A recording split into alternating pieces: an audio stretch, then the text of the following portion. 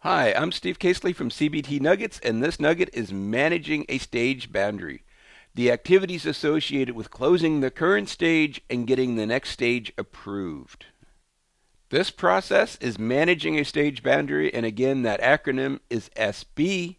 Managing a stage boundary is all about getting approval for the stage that we've just completed, presenting the deliverables to the business, getting them to approve it, presenting the project results to our project board, getting them to approve the project board, and then we reassess the project feasibility. Does this project still make sense based on the new information that we have at hand? Is the cost benefit reasonable?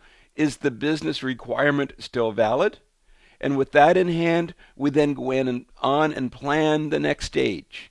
If we just completed analysis, we then start to do our detailed stage plan for design. And then when the plan is complete, we're going to get approval for that next stage. And we're going to proceed to continue to work on all the projects that are appropriate and cancel the projects that are inappropriate. But assuming, again, the expectation is the feasibility exists, we will get approval to proceed to the next stage. Our key outcomes are the prior stage approval. As I said, that's both the approval from the business of the formal deliverables as well as the approval from our project board that the prior stage has been completed appropriately, and the key deliverable is the next stage project plan, the detailed work breakdown structure, the detailed budget, the detailed schedule, the updates to the quality, the updates to the configuration management plan to continue working on our project. Managing the stage boundary, again, SB, just trying to help you reinforce knowing those acronyms, has 5 activities. These two I would describe as mutually exclusive.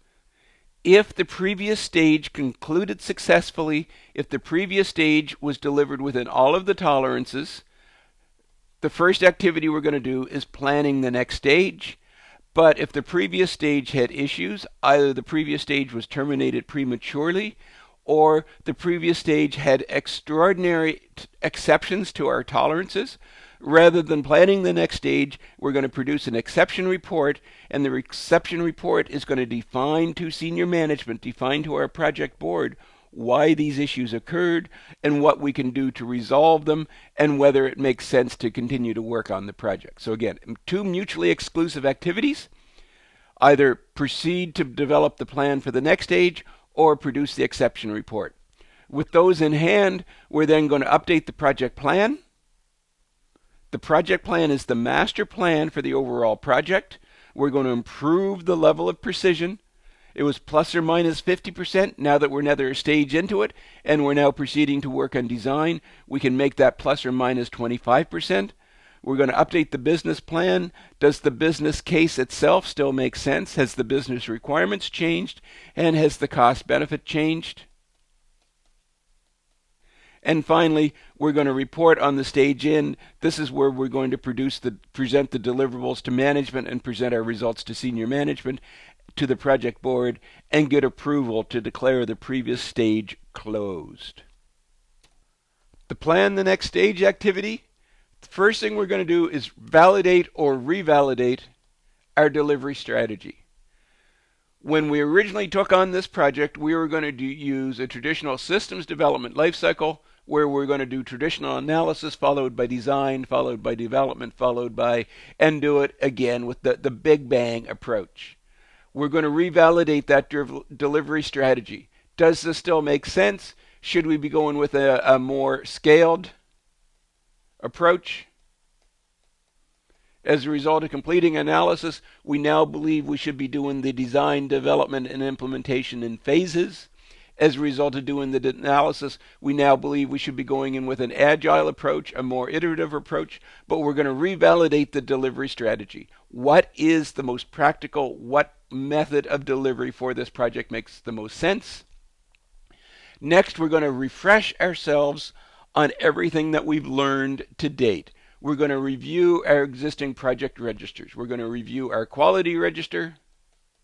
We're going to review our risk register.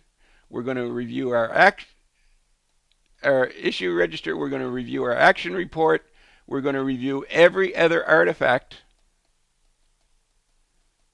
that we've been keeping from the project to date, and we're going to look for process improvements. Where have the issues been? Where have the risks been? Has our quality been working? What has worked really well in our project to date? We're going to continue it and we're going to repeat it. Where have there been challenges? We're going to find ways to improve it. Can we take very decisive actions to remove and eliminate risks and issues at this point in our project? So we're going to review all of their existing project registers and look for ways we can put our project into a better state for successful delivery. And then we're going to do the hard work for this particular activity. We're going to develop the next stage plan. We're going to identify all of the work packages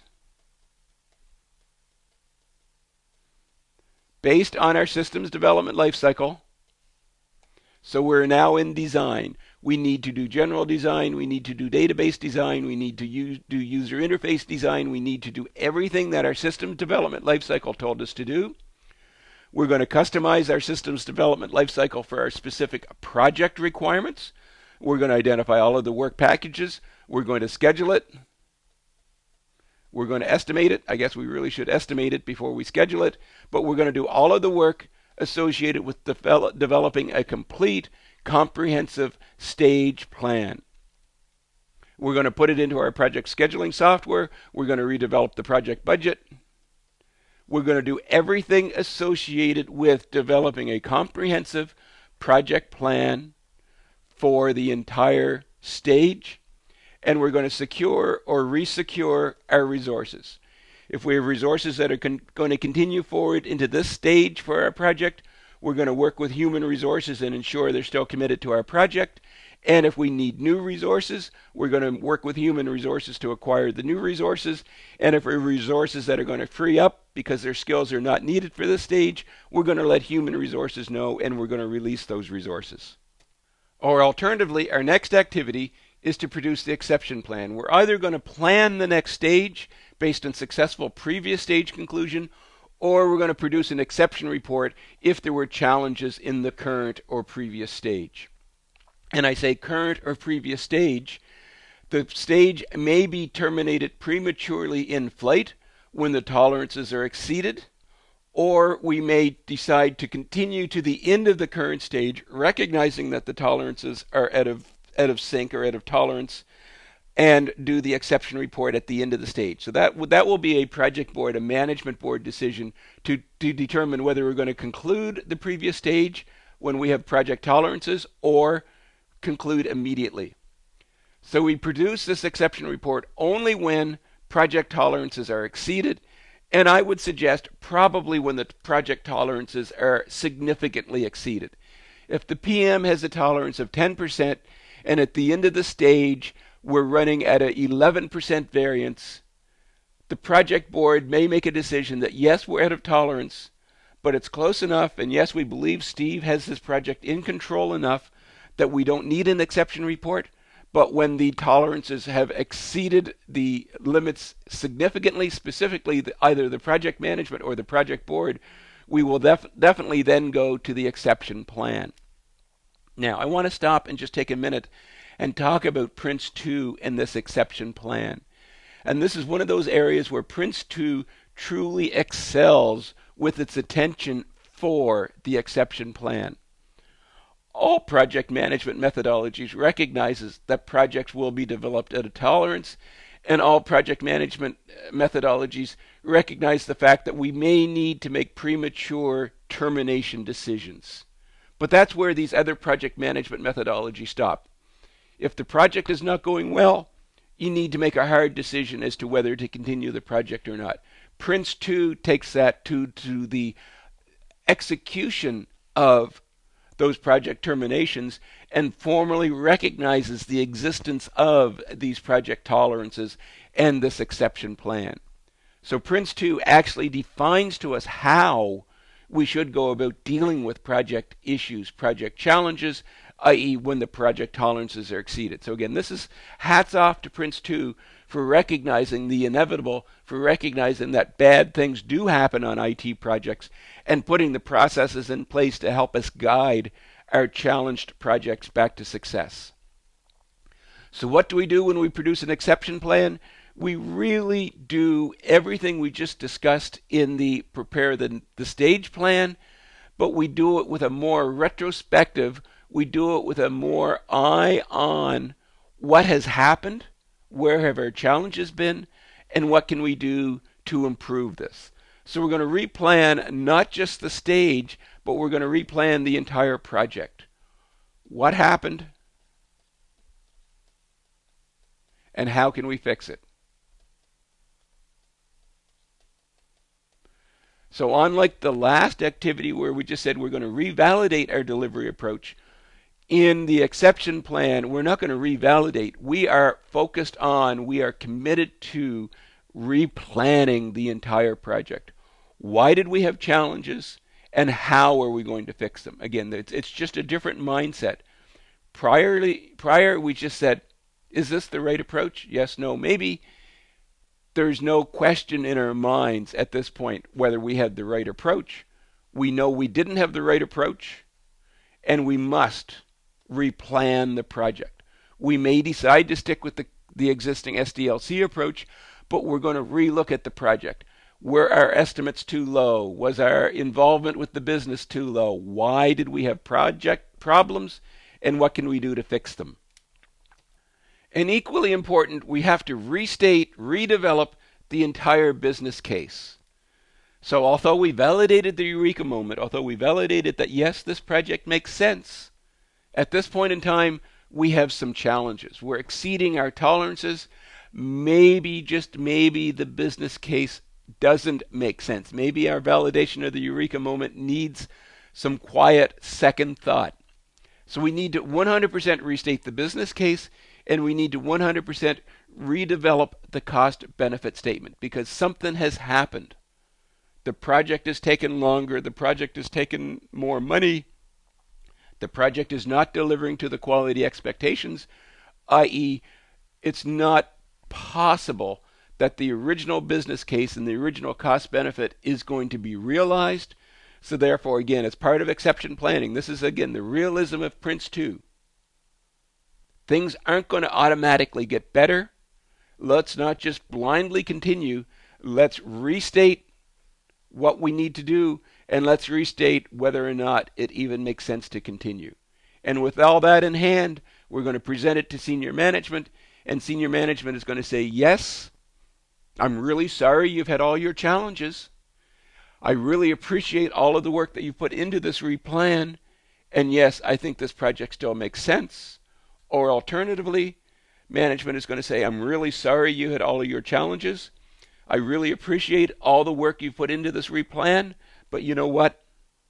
This project just doesn't make sense. And this, again, is one of the values of PRINCE2 and the exception report. We're not going to continue to throw good money at bad projects. We tried, we failed, we reevaluated, we replanned, but it just doesn't look like this is the right investment. This is not the right place for our organization to be committing our scarce corporate dollars, and we're not going to reapprove the project. We're going to cancel the project. And canceling bad projects is one of the most sound business decisions we can make. And again, not to overstate the importance of our PRINCE2 exception planning, but that concept, that acknowledgement of canceling bad projects is a key fundamental value of using PRINCE2. Our next activity takes the results of the stage plan or the exception plan and weaves it back into the main project plan. If you remember back, our main project plan discussed the entire approach for the project. This project is going to take $50,000 plus or minus 100%. At the end of analysis, we updated it, and we're now saying this project is now going to take $66,000 plus or minus 50%. At the end of design, we update the project plan. The price is now going to go down. The price is now going to go down to $58,000, and my confidence is plus or minus 25%. So we update the project plan with our stage results, our prior stage results. So we weave in all of the actuals. And again, when I say weave in all the actuals, it's probably as a single number and a single date. But we update the master plan, the overall project plan, to reflect exactly where we are with the project. Did we finish analysis on schedule? Did we finish analysis a week early? Did we finish analysis a week late? And then we update the project plan with our new information. And design is now forecast to take 12 weeks, where prior it was forecast to take 10 weeks. And you may note that in most of my examples, I always increase rather than decrease, and that's my experience. As we get more information, we keep saying it's always plus or minus, but in my humble experience or in my practical experience, the minuses typically never seem to happen. We seem to always be overly optimistic with our estimates, and we always seem to take a little bit longer to deliver a project. So originally we planned design was going to take 10 weeks. Design is now going to take 12 weeks. Better information. Our degree of accuracy has improved. We should still be within our plus or minus range, but we're updating the project plan with the new information we have at hand, and then we re-baseline the project. We set a new measurement against which we're going to be measured. We're no longer expected to deliver design in 10 weeks. We're going to secure approval, so our new baseline, our new yardstick that we're going to measure our project success against is going to be a 12-week design process. So that's our rebaseline. This is now our current plan, plus or minus 25%. As I said, instead of at analysis, it was plus or minus 50%. And we re-examine all of our registers again, our issue, our risk, our config, our quality registers, not so much from a lessons learned. We already did that when we were developing our stage plan. We're now going to validate, and we're going to re-look at, we're going to dream and worry what future bad things are going to happen on our project. What do we need to do to try to improve our project delivery state? And we're going to relook at our contingency of what we need to have in hand to deal with future risks, future issues, future things that are going to happen to impact our overall project success. And in our next activity, we're also going to update the business case, or better stated, we're going to get the business to update the business case, because the business is responsible for the business case. The project manager ourselves is responsible for the project plan. Now, having said that it's the business's responsibility to update the business case, in my humble experience, more times than not, the project manager, is going to assist in the updating of the business case. But we need to keep in mind that the business case is a business document and needs to be owned by, needs to be validated by, needs to be committed to by the business, even if we end up writing it or doing the updates for the business. Why do we update the business case? Because things have changed. Specifically, to recognize that things have changed in the business environment. When this business case was developed 6 months ago, the competitive environment was in this state. When the business case was created 6 months ago, the product was in this stage of maturity. When the business case was developed 6 months ago, the economy was in this state, et cetera, et cetera, et cetera. So the business environment is going to change dynamically. We need to recognize the changing business environment, whether it is the competitive environment, whether it is the economic environment, whether it is a project maturity environment, whether it is. But the business case needs to be updated to reflect any change in the environment or the requirements. Again, it's a good thing to cancel projects that no longer make sense. We may have a project that's delivering 100% within tolerances. We may actually have a project that's delivering ahead of schedule and under budget. But if the business environment has changed, the project may no longer be required. Let's cancel it. There's no glory in delivering a successful project that's going to be put on the shelf and never used. So we need to take that hard look at the business environment to determine, does this project still make sense? Is this project still required? We're going to update the business case to reflect our change in costs. We're going to get that from our project plan. We just created the stage plan. We have updated schedule and budget. We've woven that into our master project plan. We now have a very reliable and accurate reforecast of our project costs. And we need to go back and reassess the benefits. As a result of the changing business environment, as a result of the changing requirements, have any of our benefit statements changed, either for the positive or the negative? And all of this, again, is focused on ensuring that we're working on the right projects and only the right projects. And then finally, we're going to reassess the business risks. When we do risk management as part of a project, we're typically focused on technology risks. Is the technology going to work? Is the project going to be a success? We also need to look at the business risks. And if we didn't specifically or explicitly look at the business risks when we're looking at our changes in business requirement, we need to look forward. So, in this particular instance, we were saying, how has the business environment changed? How has the competitive environment changed? How has the economy changed? Sort of in a retroactive fashion. In this one, we're going to change our retroactive to our proactive and say, and what is the forecast for the future? Do we think the competitive environment is going to change? Do we think the economy is going to change? Do we think, et cetera, to again ensure that this project makes total business sense? And our final activity is to report the stage end.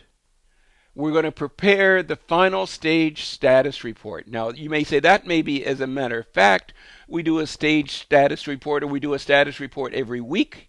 Yes, but that weekly status report typically is focused on the details of what's happened in the last week.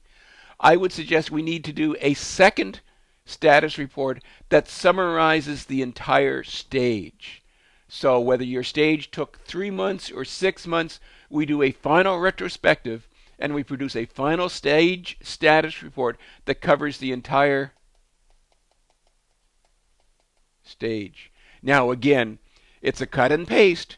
There should be no new information that we're going to produce in our final stage status report that can't be cut and paste and wordsmithed, of course, from all of the individual stage weekly and monthly status reports. But again, just for the sake of conclusion and clarity and closure, I believe this final stage status report makes entire sense because it allows us to truly formally close the stage. And we need to do, I'm going to say a mini, but we need to do a stage lessons learned. Again, we did a little bit of that when we were planning our next stage, but over and above what we can do to improve our plan for the next stage, what can we do to improve our corporate best practices? And yes, we're going to do a formal lessons learned corporate best practices update at the end of the project. But if this is going to be a 2-year project, do we really want to wait 2 years before we incorporate lessons learned from our project into our corporate best practices? And I would think not. If we have true value to improving the corporate best practices, let's get them out there now. And we're going to obtain our stage deliverable acceptance. This is where we produce our final status report, send it to our project board for approval, and this is where we send all of the formal stage deliverables to the business and we get formal approval. And finally, we're going to prepare for the next stage approval. Stage approval does not come from this particular process. Stage approval comes from our management overhead, our management oversight process, not from this. So in this, we're simply preparing all of the documentation and preparing to send our stage results to our project board for formal approval. Formal approval comes outside of this process. This concludes our nugget on managing a stage boundary, again, SB. There were 5 activities, but two of them are mutually exclusive. If the previous stage concluded successfully, we're going to plan the next stage. We're going to identify all of the work packages required for the next stage. We're going to develop the plan, the schedule, the budget for the next stage. Or if the previous stage, current stage, did not complete successfully, we had tolerances that exceeded our ability to manage them, we're going to produce an exception report, which is going to do exactly the same.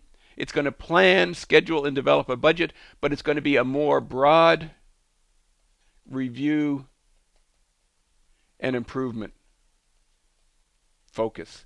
So planning the next stage, although we do a bit of a retrospective and say, are we doing this project most efficiently, most effectively? Really planning the next stage is simply say, there, analysis is done.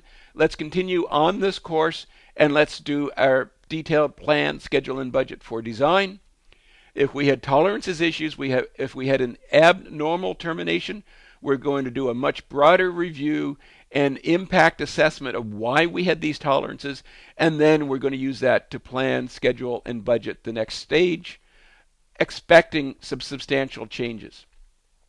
We're going to take the results of either of those, whichever of those we did, we're going to update the master project plan, we're going to improve our accuracy. We now have a much more refined statement of when the project is going to conclude, i.e. the project end date, and we have a much more refined view of the total project budget. We're going to take that information, we're going to reassess the business case. Does this project still make sense? Is the business requirement still justified? And is the project still cost justified? The cost benefit? And then we're going to report the formal stage end. We're going to take the results of our previous stage and present it to our project board and management for approval. The stage is done. We're going to take the project deliverables and present them to the business. And we're going to prepare our next stage report for project board approval. This concludes our nugget on managing a stage boundary. I hope this module has been informative for you, and thank you very much for viewing.